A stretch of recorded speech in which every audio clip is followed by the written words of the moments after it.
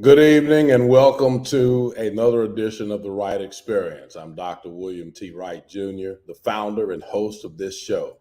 I'm absolutely excited to continue to bring you the very best leadership personnel that I can find.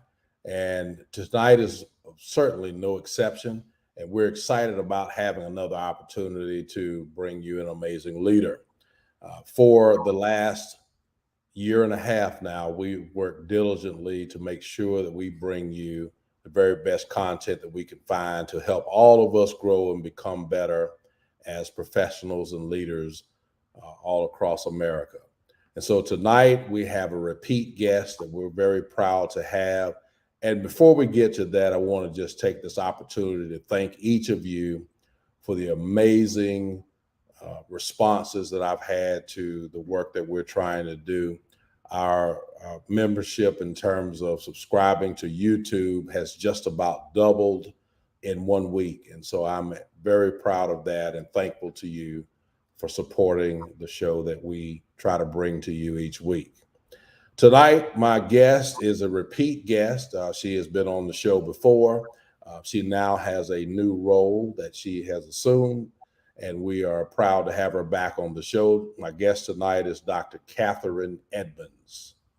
Dr. Catherine Edmonds serves as the Chief of Staff of North Carolina Central University. She began at North Carolina Central University on May 1st, 2022. She advises, supports, and coordinates and collaborates on initiatives for NCCU's Chancellor, Dr. Johnson O. Akinleye. And she provides leadership and direction for change management initiatives, project management, and program development on behalf of the Chancellor, as well as planning and directing all administrative, financial, and operational activities for the Office of the Chancellor. Dr. Edmonds works with and serves on NCCU's executive leadership team and represents the Chancellor in select internal and external interactions with staff, faculty, committees, government representatives, and community leaders. A distinguished leader, Dr. Edmonds comes to North Carolina Central University with almost 30 years of experience, including numerous leadership roles in primary, secondary, and higher education. Previously, Dr. Edmonds served as Deputy State Superintendent for the North Carolina Department of Public Instruction. In this senior leadership position, she worked closely with the state superintendent and the senior leadership team. She led and partnered with relevant stakeholders to ensure the public education system was positioned to achieve equitable academic outcomes for all students in North Carolina. Dr. Edmonds also led statewide efforts related to diversity, equity, and outreach, provided leadership to increase effectiveness in promoting equity and inclusion statewide, as well as overseeing the implementation of the state's equity plan. And she served as the state's leader for equity goals.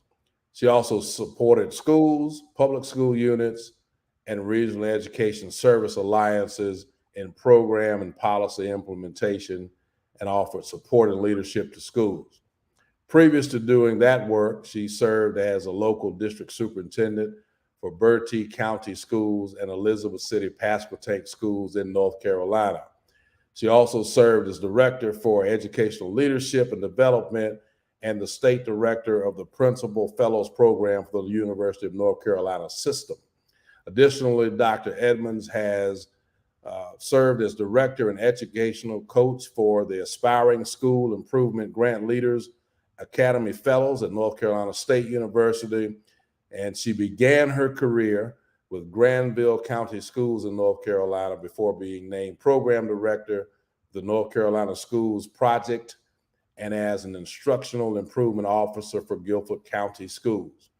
Dr. Edmonds serves on several boards and committees, including the North Carolina Public School Forum Advisory Board, the Cognia Accreditation Commission Appeals Committee, and the Friday Institute for Education Innovation.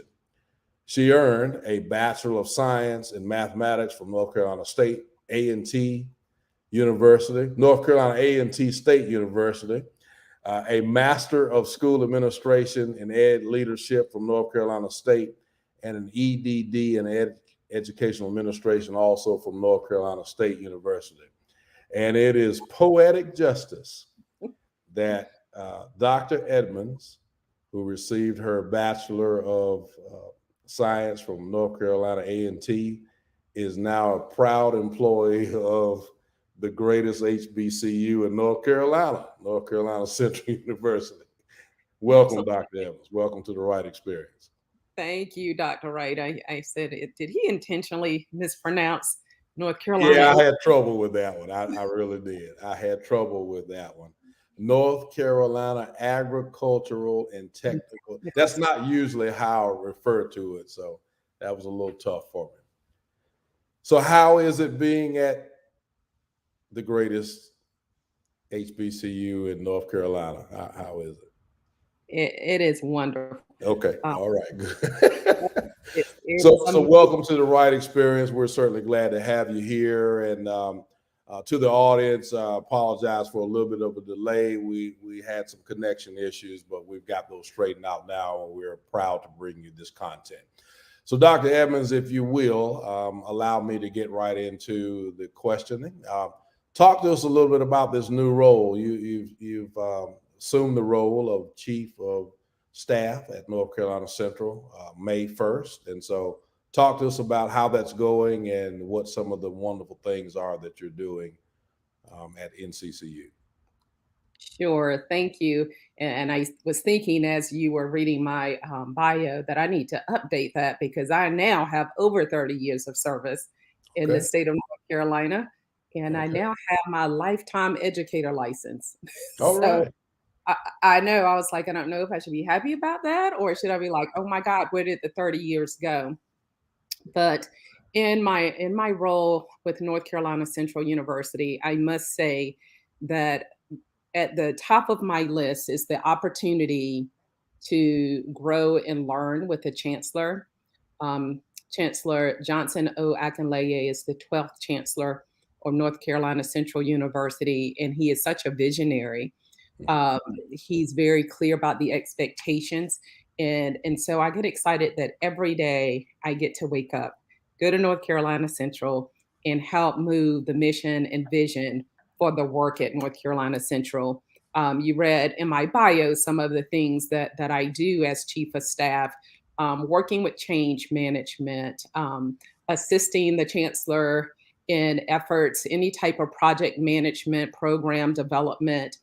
And you being a district superintendent, you will understand this. It is anything that needs to get done at the time that it needs to get done, while at the same time being very proactive and forward thinking about what are our next steps and what are things that I know that are coming up to make sure that operationally the university is running well. I don't think I really knew what the chancellor, what his roles and responsibilities were until I became Chief of Staff. You know, we think you know until you're in the position.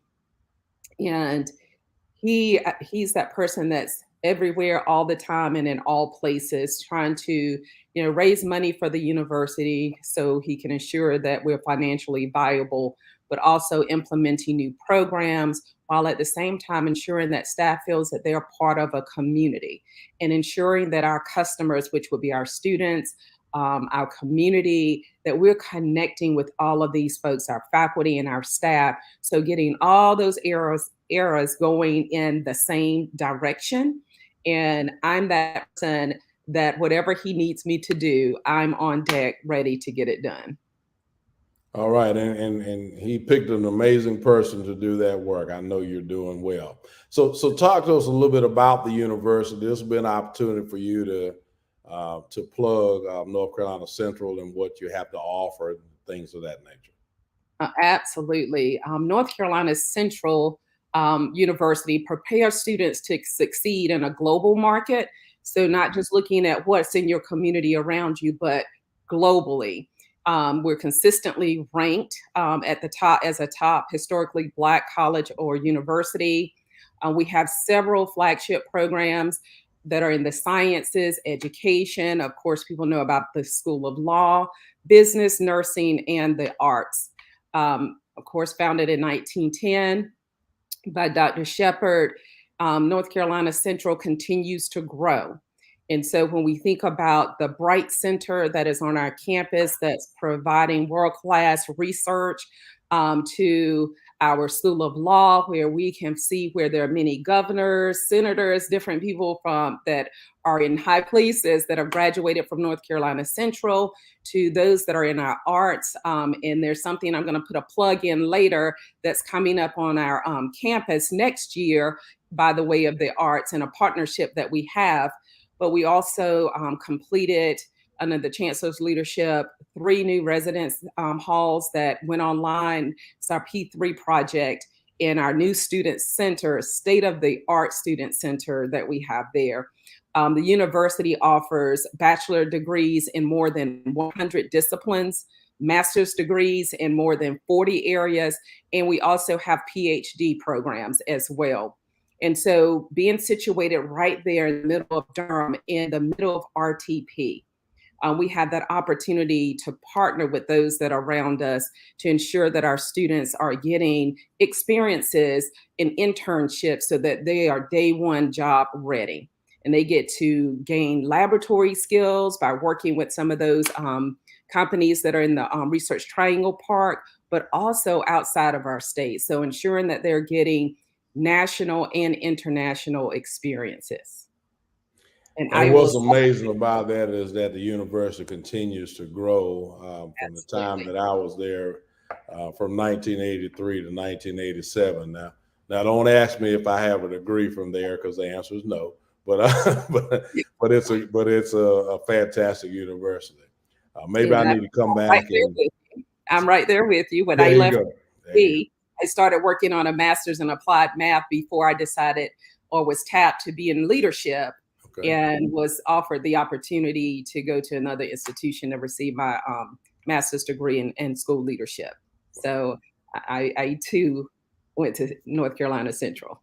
Okay, I didn't know that, but what an awesome legacy the university holds, and it's plus 100-year history of turning out some amazing graduates from there. So for sure. Absolutely. So. Dr. Edmonds, in your opinion, you're a graduate of an HBCU, that other one in Greensboro. So why should a student, why should we encourage as adults in educational leadership and so forth, why should students choose an HBCU in your opinion? Right. So our historically Black colleges and universities, when you're looking at our academic programs, we are right at the top with all other institutions. What we provide for students is that family connection. You will meet people when you go to a HBCU that you will be friends and family. They will be like family for years to come. So you have that opportunity to build your network, but to be on a campus and have a community where students can grow and thrive. That's why you would want to go to a HBCU, because academically, you're going to get your needs met. Financially, it's more cost effective. And so when we talk about students graduating and having a lot of debt, going to HBCU could potentially help students have lower debt when they graduate.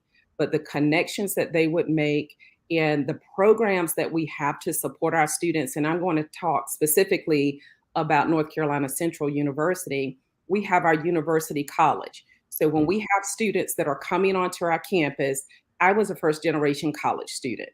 And so I didn't have that deep understanding of what it meant to be on a college campus. We have safeguards and guardrails in place for our students that are coming in as freshmen to ensure that they are successful. Our chancellor developed what we call the Eagle Promise back in 2017. And I'll talk more about that as we have conversation today. But we made promises to our students that, and we've been bold about it, it's out there, it's in print for them to go back and look at to see what are we as faculty, staff, administration at North Carolina Central University, what promises are we making to our students? And so ensuring that success. When I was in undergrad at HBCU, if you didn't show up for class, when you did go to class, the professor, the faculty member, they were on you. Where were On you? you. Oh, you cannot hide.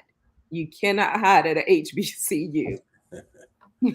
Yeah, I remember those days. And Oh, even though I was in radio and kind of unfocused, I still got those calls and reminders and what in the world are you doing and those kinds of things. So that experience is great and needed in today's society to make sure that that students remain focused. So that's great. That's great. absolutely. So you've mentioned a couple of innovative programs that the university is currently undergoing. So let's talk about the future of NCCU and some of the things that are going on right now that are futuristic thinking minded. Yes. So I shared briefly, I mentioned the Eagle Promise that Mhm. was launched in August of 2017. Mhm. And that is the promise that those of us at North Carolina Central University are promising to our students.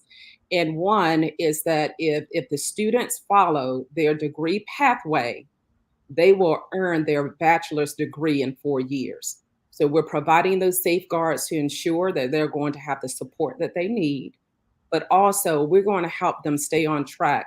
And that too speaks to that debt that I mentioned earlier, being able to graduate and not have as much debt. The promise number two that we make to students is that we will provide our students with opportunities during their time at North Carolina Central University to engage with people, with programs, both nationally and international in scope. That is so that our students will have the opportunity to study abroad and understand and connect with people that are here in the US, but also what does it mean if they leave to go work at a global company? They will already know what that means and have been able to make those connections.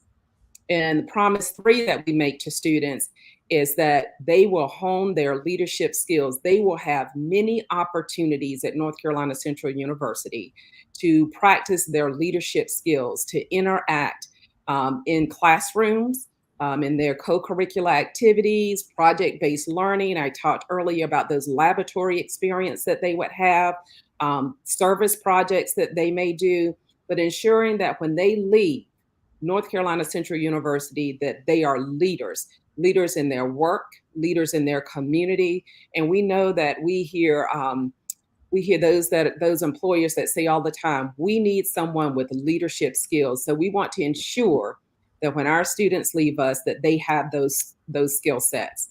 And the fourth promise that we make to our students is that we're going to prepare them to be job ready.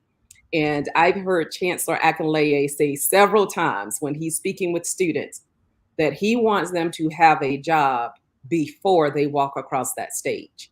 In order for that to happen, then we have to make sure that students are job ready, have the skill sets, they can work nationally, internationally, in boardrooms.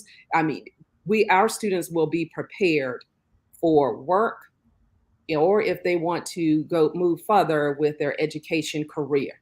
So whenever they leave us, we want them to be job ready, employment ready, or if they decide to extend their academic studies, then they will be ready for that as well. So what you're really talking about is holistic world class preparation is really what you're talking about. Absolutely. Being ready Absolutely. for those next steps, and those of us that are still school district superintendents, we want the same thing to try to prepare them for that next level. So that's outstanding. And how many students are roughly at North Carolina Central now? Oh my goodness, we just brought in, that is a great question. And you just asked me one that I don't have right in Okay, front of okay. me. Um, Sorry about that. No worries, no worries, but I will find that for you. Okay, all right. But yes, Okay, but I know it's growing by leaps and bounds. Every time I go back and visit the campus, I see tremendous growth there, and that's an amazing thing. And we always knew that because of the location of it being in the Triangle very close to Research Triangle, we knew that the university would grow. So, Dr. Edmonds, what advice would you give to folks who are maybe seeking to make the transition from K-12 education into higher education, as you have done and done so well? Well, it depends. Okay. What pathway they want to be in higher ed. So if we're talking about higher ed in terms of being on the faculty, Sure. many of us, when we are school district superintendents, we serve as adjunct professors. And so that's one route. The route that I chose to take was to be in administration. And what I tell people all the time when they ask me this question is, I feel that everything that I've done to this point in my career has prepared me for this moment. Um, when we think about operational things that happen throughout our school districts, I said, you know what? All of those same operations, facilities, finances, all of that is on a college campus. The good thing about it is that it's all in one place. And Right. so versus having to travel around a community, we are right there all on a campus. And so if I need to talk with somebody, I can just shoot over to that office. But understanding how students are prepared in K-12 and what they will need to be successful at the university level, it has been very helpful for me. I know those challenges that students have seen when they are in K-12 and when they come to us. So when we talk about that first time college student or those students that are from very rural areas, or students who may have had a challenging background, smart students, but need some guardrails, or those students who are really advanced in their learning. How do we help them advance at the university so that they don't feel that they're kind of falling behind? You know, sometimes you feel like, okay, I've got to take these courses, but how do we give them those additional experiences like we talked about with the Eagle Promise Right. to ensure that our students are going to continue to grow? So when I think about that transition, there were a lot of skill sets that I had from K-12 that were very transferable to the university. Now that I'm here, there are some things that are different. So when we look at the academic programs and we are looking at the different requirements that students have to have in our faculty senates and things of that nature, those are things that are different. And so I love the fact that I get to continue to grow and stretch and learn while at the same time contributing and making an impact. Great, great, great. Sounds like you're having an amazing time there at the greatest HBCU in North Carolina. Absolutely. Absolutely. I remember not even my first week or my second week at North Carolina Central, I literally text someone and said, I absolutely love my job. I wake up Good. every day excited. I may And be that's tired. absolutely the best place in the world to be when you have a job that you love, for sure. So, Absolutely. so let's talk about do HBCUs are there issues with recruitment and retention at the university level of employees? Yeah, so I mean, we're seeing the same great resignation that Sure. everyone is seeing. We are not immune to that. And so yes, we're seeing some of those struggles in getting faculty and staff to come onto the campus because we have so many people that really have chosen to work from home Sure. and they really like that idea or they've decided that they wanted a different career. We know COVID was tough. Those of us that were leading school districts, those of us that were leading or teaching at the university level, it was no different. So there are struggles. And then you think about the fact that in North Carolina, we have the largest number of HBCUs in one state. Mhm. And so we are all competing for the same students. So we have to be very clear about what is the profile of the student that we are looking for to come to North Carolina Central. But that's the same thing for the faculty and staff. Like, who are the right fits to be with our students on our campus? So yes, we see those same struggles. Same kinds of things. So, any insight as to what you think the future holds for us getting back to where we do have adequate number of staff members to do the work that we need them to do? Any ideas on that? Yeah, sure. And North Carolina Central University, we have several programs to support our students Okay. that are in the education field. But what we do know is that we need to get the students to come to the university to want to go into education. And so when I think back on my K-12 experience, if you remember, we used to have the programs at the high schools that helped students get an idea of what did it mean to teach. Sure. So we're going to have to go back to some of those strategies. I remember we had the high school students that would go to the elementary schools and teach a class or tutor the students. But we've got to get our students excited about education again, why it's important, help them understand that why. And we've got to connect them with it early. By Right. the time they get on the college campus, sometimes they've already made up their minds. But how do we help our high school students, middle school students see this as a viable career? And we know there are some policy things that are going on at the state level and at the national level also that could really help us in terms of getting people to see teaching or going into education as a viable career. And we're really at critical mass now in terms of being able to adequately staff our classrooms, and we really need all hands on deck. Teacher cadet programs like you're talking That's about. it. We also need to value, in my opinion, the supervisor's um, role in certifying teachers. More so than just testing. Testing. I'm not anti-testing for teachers, but if a person is successful with a principal for a period of time, I think that ought to carry some heavy weight in terms of getting that teacher certified. As opposed to let's take them through all this stuff we're taking them through for 3 or 4 years and make them take 200 classes. It's not 200, but it's a lot of them to Right. just to get certified and take a test. On every other job in the country, just about, it seems that supervisor approval weighs a whole lot more than it does in education. So I'd like to see some development around that as well, which in turn would still help the university system, because we've got to make education attractive. And you know that as a 30-year veteran, me as a 25-year veteran, we got to get back to that. So certainly looking Absolutely. forward to that. So, Dr. Edmonds, one last question for you, and then we'll see if you've got anything else to add to us. So, if you are speaking to a young Catherine Edmonds-ish person, Right. so go back to your time as a high schooler, getting ready to approach college.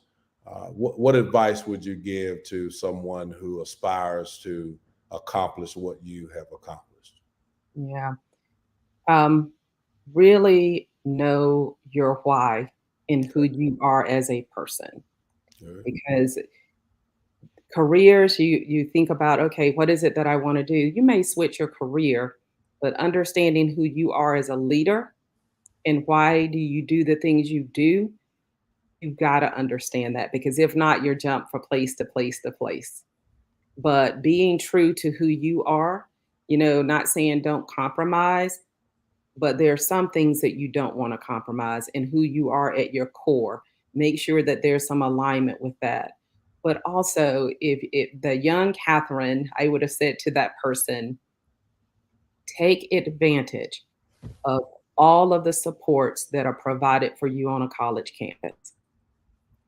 Don't feel like, oh, I'm bothering someone, or, oh, they don't have time, or maybe, am I not smart enough? The reason that I don't know this, don't think about any of that. Utilize the supports that are in place to help you be successful. And I've learned over the years, ask questions. Mhm. Ask lots of questions. If you don't know the answer, ask the question. But really connect with those people and find strong mentors for yourself along the way that that can help you get to where you want to go. You don't have to be on this journey alone. And so I would say having a mentor, strong mentor, take advantage of any supports that are provided for you that will help you be successful, and connect, build your network, Mhm. build a network of people that can support you not just through your years in college, but that will be that network for you once you leave. And you certainly, hats off to you. You've certainly done an excellent job as I've observed your work over the years of building that amazing network. And you would be the poster child, in my opinion, for that. But that's been very, very great for you. Who are some of those mentors? I'll give you a mentor shout out here for a minute. Who are some of those mentors? Sure, sure. Well, I always have to start with my parents. Yeah, sure. They are always those were my first mentors, but in my journey along the way, going through high school, Catherine Oakley Mhm. was that teacher that pushed me. She was that teacher that saw things in me that I didn't see in myself. But then as my career went on, I've had so many mentors, and I'm going to start naming them, and you will know a lot of these people. But Pat Ashley, Mhm. JB Buxton, Tom Williams, and I'm going to leave somebody out. Did I say Del Burns? Um, there's there are so many that I can name because every job that I've been in, I've Mhm. always found that mentor that could help me. Good. It's someone who's been down that path that can say, "Hey, these are some things you may want to think about. These are some holes you could potentially step in." I always said I can always learn more. And so every job that I've been in, I found that person that I could connect with. So I'm sure I left some of my mentors out because I've had so many. Um, but yes, any role that you're in, always find that person that can help you along the way. Very, very good. Very good. Dr. Edmonds, are there any other items that we would need to discuss tonight that I've left out in my questioning? Wow, that's a good. Oh, yes. Okay. So All right. the big shout out that I was going to do is that next year, Marcus Anderson, that's a 2007 graduate of North Carolina Central University, Okay. he has a festival, a jazz festival every year.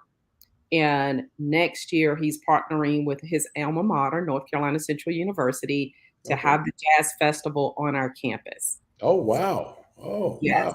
that is Okay. going to be huge for us, to bring that kind of attention to North Carolina Central University from one of our alumnus. We are just excited, and it's going to be at the end of July of next year. But check our website; we have it on there. We are excited about this opportunity to work with Marcus Anderson. So we look forward to people getting those tickets and supporting that event. That's going to be a huge event for us in the city of Durham. And he is an amazing talent too. Wow. Mhm. Wow. Yes, yes, That's good stuff. I didn't know he graduated from Central. we did. A That, lot that, of that's great that's graduates. another point in my corner. Anyway, we'll poetic justice. Anyway, um, Dr. Edmonds, thank you. And if you'll hold on with me for just a minute, we'll come back and close out the show. Sure. My guest next week on the Wright Experience is going to be Dr. Tony Jackson. Dr. Jackson is the superintendent of Chatham County Schools in North Carolina. Dr. Jackson is a veteran superintendent who has served in the states of Virginia and North Carolina for the past several years. So we're looking forward to having him and learning more about his amazing leadership. Later on in the month of August and into September, we will start transitioning to some amazing South Carolina leaders as well. We've got some Virginia leaders on tap. We're just looking to continue to expand the portfolio, and we're thankful that you have agreed to be and subscribe to be a part of the podcast that we try to bring to you every week. My goal continues to be to find you the very best leaders that we can find so that we all can grow and get better. And so I'm just very appreciative of the fact that you have chosen to be a part of the content that we try to bring each week here on the Wright Experience. And so, Dr. Edmonds, I want to thank you once again for being my guest. You're a repeat guest, the second repeat guest that I have behind our good friend, Dr. Mary Young. And so we're certainly proud of you and the amazing work that you continue to do and your dedication to the education field. And I've watched you from the time you came to see me that very first time as a member of DPI and prior to your superintendent days to now, and I'm just proud of you and your work and the things that you're doing and accomplishing throughout this field. So congratulations to you. Thank you. Thank you. And to the Wright Experience audience, I want to say thank you and good evening.